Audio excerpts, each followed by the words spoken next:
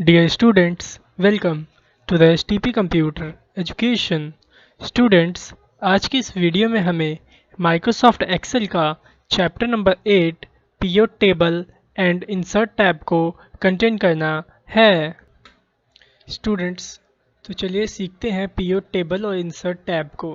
तो सबसे पहले पीरियड टेबल सीखने के लिए आपको मैं बता दूं कि जो पीरियड टेबल होता है वो काम क्या करता है। सबसे पहली बात, तो आप जब इस पीरियड टेबल के ऊपर कर्सर ओवर करेंगे तो देखिए इसकी कुछ यूज़ जो है वो यहाँ पे आपको शो होंगे लिखे हुए। तो जल्दी से ध्यान से पढ़िएगा क्या लिखा है। Period table make it easy to arrange and summarise complicated data. मतलब कि पीरियड टेबल क्या करता है, किसी भी कॉम्प्लिकेटेड डेटा को जो समझ में नहीं आया, जैसे काफ़ी कॉम्प्लिकेटेड डेटा है उस जिसे समझने में दिक्कत हो रही है, वो उस डेटा को बहुत ही इजी वे में अरेंज करने का काम करता है। ठीक है, तो वही हम यहाँ पे करने वाले हैं। कैसे होगा पीरियड टेबल से अरेंज डेटा, उसे हम सीखेंगे। तो सबसे पहले जो देखिए मेरे पास यहाँ पे एक डेटा है। डेटा किसका है? एक इंस्टीट्यूट का डेटा है, जहाँ पे बताया गया है डेट ऑफ एडमिशन कि किस किस तारीख को किन किन बच्चों का एडमिशन हुआ है और किस किस कोर्स में एडमिशन हुआ है। ठीक है, अब आपके पास आपने ये डेटा बना रखा है सिंपल सा ऐसा। एक कॉलम में आपने डेट ऑफ एडमिशन दे दिया, DOA मतलब डेट ऑफ एडमिशन, और उस बच्चे का नाम दे दिया और किस कोर्स में उसने एडमिशन लिया है। आपने ये 3 जानकारी अपने एक्सेल में ऐसे सेव करके रख रखी है। अब अगर मैं आपसे पूछूं या फिर आपका जो या फिर आपको खुद ही देखना हो कि मेरे को ये देखना है कि किस कोर्स में मेरे कितने बच्चे एडमिशन हो रखे हैं, कौन कौन से बच्चे हैं जो CA CSS में है या फिर जो DIT में है। जैसे यहाँ CA CS और DIT 2 कोर्स हैं यहाँ पे। तो मेरे को ये जानना है कौन कौन से बच्चे CA CS कर रहे हैं और कौन से बच्चे DIT कर रहे हैं। ठीक है, तो ये कैसे पता चलेगा? तो हम ये पीरियड टेबल में देखेंगे। तो आपको करना क्या है, ये जो आपका देख रहे हो ये सिलेक्शन वाला, तो आपने इसे ना टेबल के बीचों बीच में या फिर टेबल या कहीं भी ऐसे रखना है। फिर पीरियड टेबल पे क्लिक करना है। जैसे ही क्लिक करेंगे ना, देखिए तो यहाँ टेबल रेंज में ऑटोमेटिकली आपका पूरा टेबल सेलेक्ट हो जाएगा। अगर नहीं होगा तो आप ऐसे करके सेलेक्ट कर लेना पूरा, कुछ इस तरह से। ठीक है, उसके बाद यहाँ पे देखिए न्यू वर्कशीट, एग्जिस्टिंग वर्कशीट। अगला ये आपसे पूछ रहा है जो आप पीरियड टेबल बनाना चाहेंगे क्या इसी शीट में बनाना है या फिर न्यू वर्कशीट में। मैंने बोला भाई न्यू वर्कशीट में ही बनाना है हमें, एग्जिस्टिंग में बनाएंगे और कॉम्प्लिकेटेड हो जाएगा। ठीक है, तो आप न्यू वर्कशीट चूज़ कर लीजिए यहाँ से और ओके के बटन पे क्लिक कर दीजिए। देखिए न्यू वर्कशीट आ गई। अब ध्यान से देखिए यहाँ पे ये पीरियड टेबल आ गया यहाँ पे, और यहाँ देखिए ये आपके फील्ड्स कॉलम के नेम आ गए, डेट ऑफ एडमिशन, नेम और कोर्स। अब जरा ध्यान समझिएगा यहाँ पे। अभी हमने क्या जानना है इस पीरियड टेबल से कि कितने बच्चे ऐसे हैं जो DIT का कोर्स में है और कितने बच्चे ऐसे हैं जो CA CS के कोर्स में है। तो यहाँ पे मेन एक की जो है ढूंढने का जरिया वो क्या है? कोर्स है। तो सबसे पहले आप यहाँ ना कोर्स को टिक करिए। तो देखिए जितने कोर्स होंगे यहाँ आ जाएंगे। देखिए आगे 2 कोर्स थे, CA CS और DIT। अब क्या पता करना है इस कोर्स में बच्चे कितने हैं, तो नेम पे टिक कर दीजिए। तो देखिए यहाँ पे आ गया CA CSS में कौन कौन से बच्चे पढ़ रहे हैं और देखिए DIT में कौन कौन से बच्चे पढ़ रहे हैं, आ गया। अब मेरे को जानना है कि कितने बच्चे ऐसे हैं जिनका एडमिशन 1 तारीख को हुआ हो। ठीक है, तो इस तरह से आप जानना चाहोगे तो सबसे पहले आपको डेट ऑफ एडमिशन को खोलना पड़ेगा। तो जितनी डेट होंगी, जो डेट पे एडमिशन हुआ होगा वो सारी डेटें यहाँ पे शो हो जाएंगी। अब मुझे ये देखना है कि किस तारीख को किस बच्चे का एडमिशन हुआ। तो फिर आप नेम को चेक कर दीजिए। ये देखिए आगे 1 तारीख को इनका हुआ है, 2 तारीख को इनका हुआ है, 3 तारीख को इनका हुआ है, 4 तारीख को इनका हुआ है।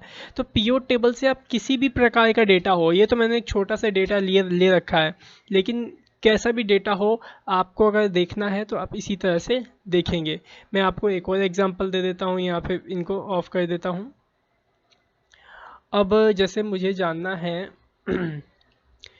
कि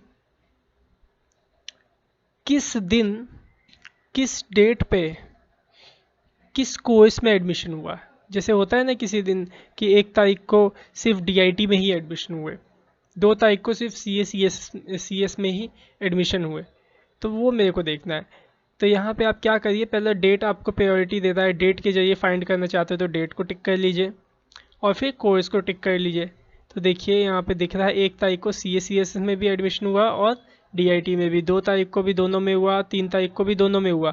लेकिन देखिए 4 तारीख को सिर्फ DIT में एडमिशन हुआ।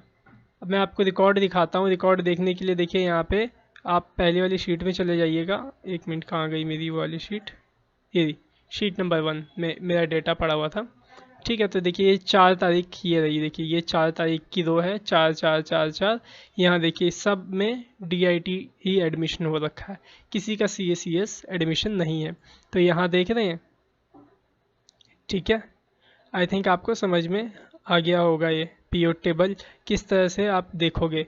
अब जैसे कि मैंने आपको यही बताया था नेम और कोर्स को, अब देखिए आप इस तरह से भी जान सकते हैं। पहले आपने देखिए नेम को टिक किया, यहाँ पे मैं नेम को टिक कर रहा हूँ तो जितने बच्चे होंगे वो सारे आ जाएंगे।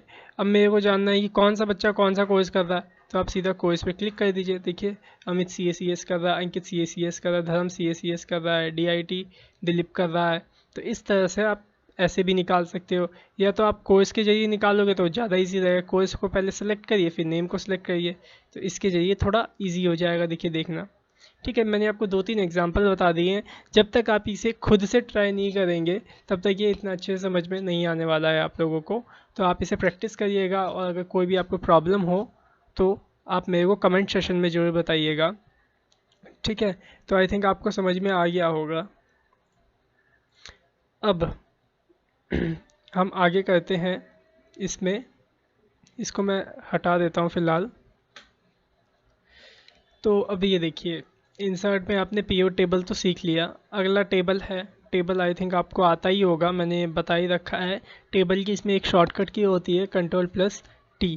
तो ये देखिए जो ये हमने टेबल बनाया, ये बॉर्डर से बनाया हुआ है। तो आप इस टेबल पे क्लिक करके ओके करेंगे तो थोड़ा सा ये टेबल वाला डिज़ाइन ले लेगा, और कुछ नहीं है, ठीक है। देखिए यहाँ से आप डिज़ाइन भी चेंज कर पाओगे कुछ इस तरह से। समझ में आ गया होगा आपको ये। आगे चलते हैं इंसर्ट में। पिक्चर्स मैंने आपको माइक्रोसॉफ्ट वर्ड में सिखा ही रखा है पिक्चर्स। आप पिक्चर किस तरह से ले सकते हैं, इस पर क्लिक करेंगे तो यहाँ पे एक फ़ाइल ऑप्शन आपको ओपन मिल जाएगा। यहाँ से आप किसी भी पिक्चर को इंसर्ट कर सकते हो, जैसे कि मैंने इस पिक्चर को या इस पिक्चर को इंसर्ट कर लिया। तो ये देखिए इंसर्ट हो गया पिक्चर। अब इसके बाद के जितने भी ऑप्शंस फॉर्मेट में ओपन हुए हैं, रिमूव बैकग्राउंड, करेक्शंस, इन सब को मैं ऑलरेडी आपको सिखा चुका हूँ माइक्रोसॉफ्ट वर्ड में। तो मेरे को नहीं लगता है कि यहाँ पर मेरे को सिखाने की ज़रूरत है।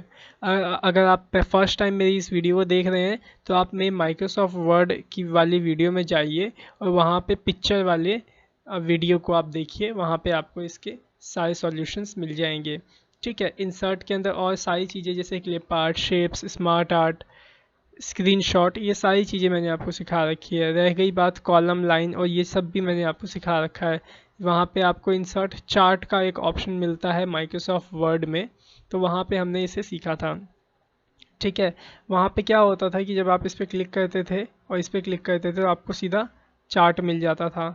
देखिए यहाँ तो आपको मिल गया चार्ट, ये देखिए पूरा बना बनाया मिल गया, लेकिन वो इस टेबल के अकॉर्डिंग मिला। तो इस टेबल में कोई वैल्यू ही नहीं है, सब में देखिए ना कोई वैल्यू है ही नहीं। तो इसके अकॉर्डिंग ये सही चार्ट नहीं बना है, तो हमें एक अच्छा सा डेटा तैयार करना होगा। देन उसके बाद ही ये चार्ट आपको मैं यहाँ बताता हूँ। रुकिए मैं ही बता देता हूँ आपको फ़िलहाल। यहाँ पे जैसे मैं एक यहाँ डेटा बनाता हूँ, ओके। यहाँ में मैंने डेटा बनाया, नेम, एक बच्चों के कुछ नेम ले लेता हूँ, और यहाँ पे उनके सब्जेक्ट्स ले लेता हूँ, कुछ हिंदी, इंग्लिश, सिर्फ ये दो सब्जेक्ट मैंने ले लिए, ठीक है। तो मैं यहाँ नेम लिख देता हूँ बच्चों के, तो नेम को मैं यहीं से कॉपी पेस्ट कर लेता हूँ। अब मैं अगर लिखने बैठूँगा तो काफ़ी टाइम वेस्ट हो जाएगा। मैं यहाँ पे पेस्ट, ठीक है। तो मैंने यहाँ पे कुछ नेम ले लिए। अब यहाँ नंबर मैं टाइप कर देता हूँ फटाफट से।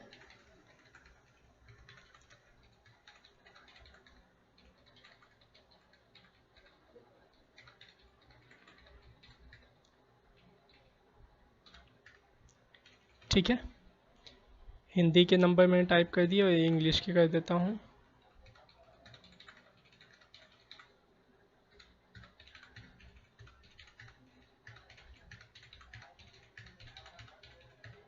ठीक है, देखिए ये हो गया।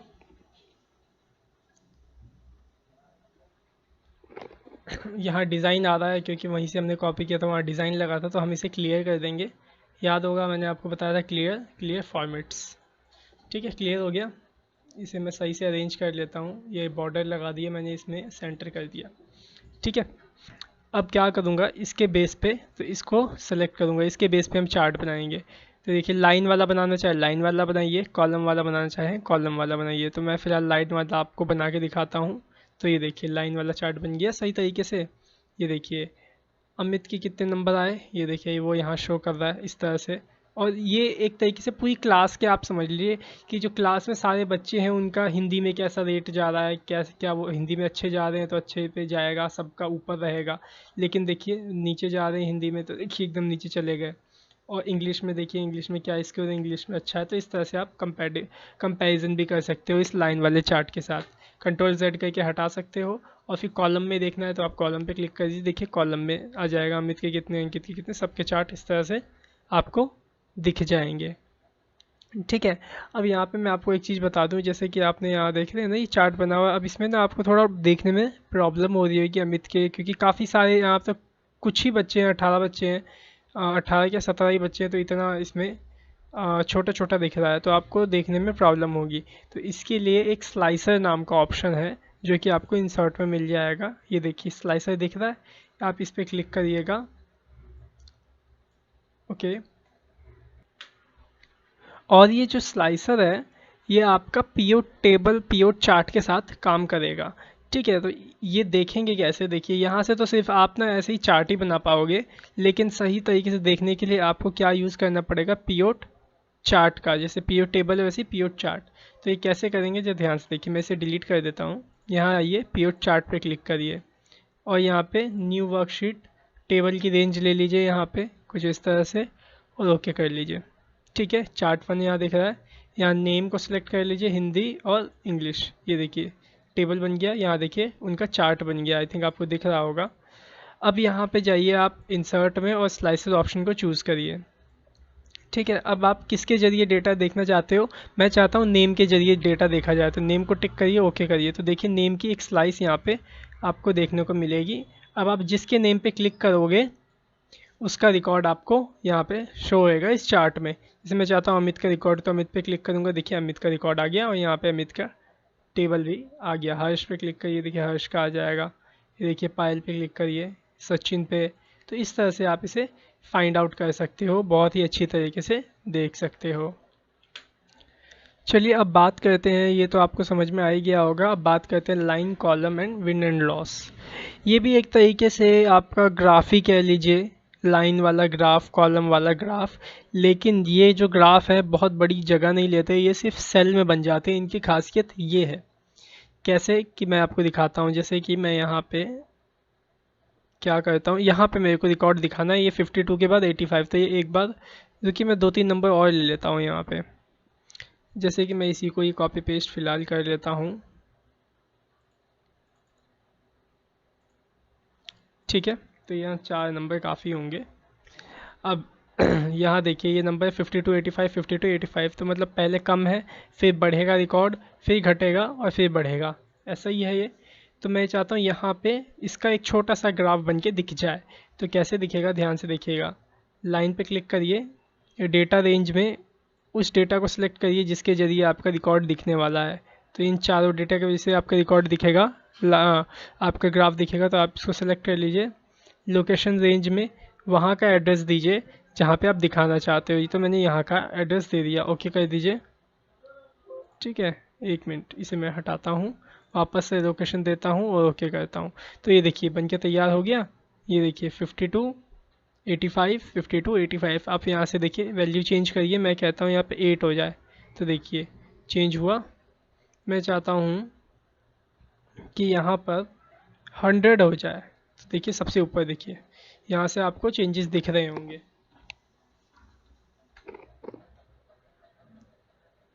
ठीक है, ये दिखा आपको। अब इसी तरह से मैं इसका भी आपको करके दिखाता हूँ। अगला कॉलम पे जाइए, डेटा रेंज में मैं यहाँ से इन डेटा को सेलेक्ट कर लेता हूँ और ओके करता हूँ। तो ये देखिए यहाँ पे सेम टू सेम हो गया, यहाँ 63 है, मैं यहाँ 85 करता हूँ। तो देखिए डेटा बढ़ गया, अगर ये वैल्यू माइनस में जाएगी तो कुछ इस तरह से नीचे की साइड में ये आ जाएगा। ओके, इसी तरह से अगला है विन एंड लॉस, लेकिन इसमें क्या है, विन एंड लॉस में अगर आप माइनस में दोगे तो उसका कलर रेड हो जाएगा। तो देखिए क्लिक करना है, सेम टू सेम है, डेटा रेंज सेलेक्ट कर लीजिए डेटा रेंज को, और यहाँ लोकेशन रेंज ऑलरेडी ये सेलेक्टेड है मेरी। ओके करता हूँ, देखिए आ गया यहाँ पे। मैं इसे माइनस में देता हूँ 60। ओके, ज़ीरो दे दिया तो कुछ आया नहीं, -20, तो देखिए रेड में यहाँ आ गया। ठीक है, तो आई थिंक आपको समझ में आ गया होगा। Spark lines, line column and win and loss, और स्लाइसर भी आपको सही समझ में आ गया होगा। हाइपर लिंक से आपको पता होगा हम किसी भी चीज़ को लिंक कर सकते हैं, ये भी वीडियो मैंने आपको बहुत पहले ही दे चुका हूँ माइक्रोसॉफ्ट वर्ड में, तो आप वहाँ जाके इन सब चीज़ों को देख लीजिएगा। Text box, header, footer, word art, object, equation, symbol, सारी चीज़ें आपको वहाँ पे दी गई हैं। लेकिन जो जो चीज़ें मैंने इसमें से नहीं करवाई थी वो मैंने इस वीडियो में आपको कंप्लीट करवा दी है। तो अब आप इसकी प्रैक्टिस करिए, और अगली वीडियो 1 या 2 दिन के अंदर आपके पास पहुंच जाएगी। जब तक इसको आप देखिए, और अगर आपको ये वीडियो हमारा अच्छा लगा हो तो अपने दोस्तों में ज़रूर शेयर करिएगा, और हमारी इस वीडियो को लाइक करिएगा, और इस चैनल को सब्सक्राइब करना ना भूलिएगा। Thanks for watching our video. Have a nice day.